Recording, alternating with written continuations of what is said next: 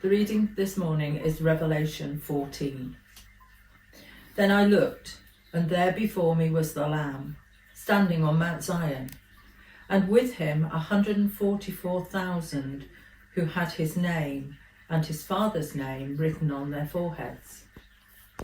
And I heard a sound from heaven like the roar of rushing waters, and like a loud peal of thunder. The sound I heard was like that of harpists playing their harps.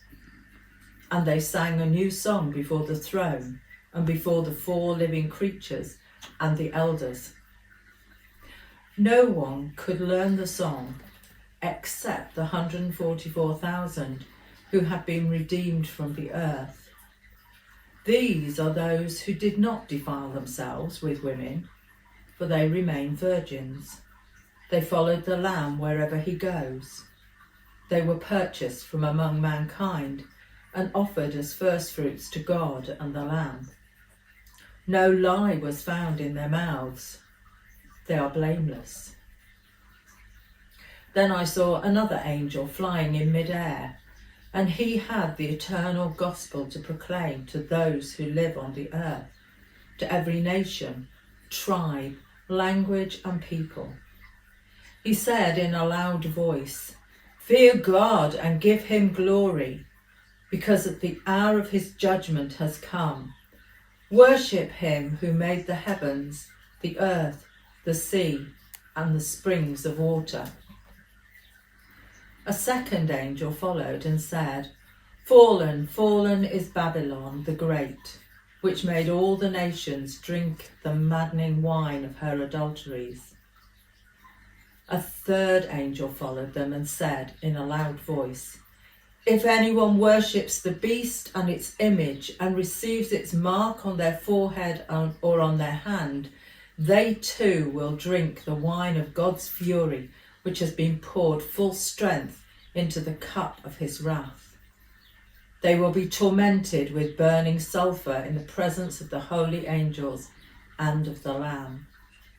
And the smoke of their torment will rise forever and ever.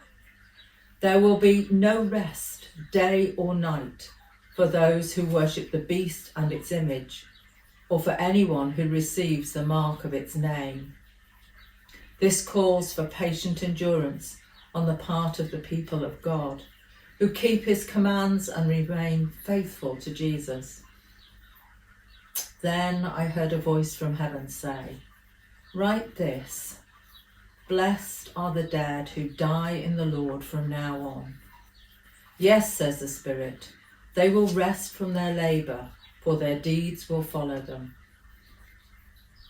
I looked, and there before me was a white cloud, and seated on the cloud was one like the Son of Man, with a crown of gold on his head and a sharp sickle in his hand.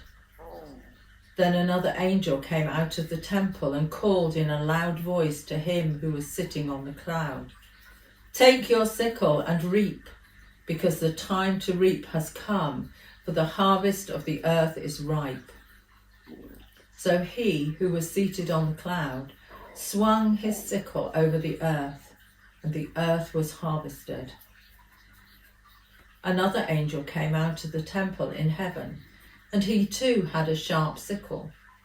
Still another angel who had charge of the fire came from the altar and called in a loud voice to him who had the sharp sickle, "Take your sharp sickle and gather the clusters of grapes from the earth's vine, because its grapes are ripe." The angel swung his sickle on the earth, gathered its grapes and threw them into the great winepress of God's wrath. They were trampled in the winepress outside the city.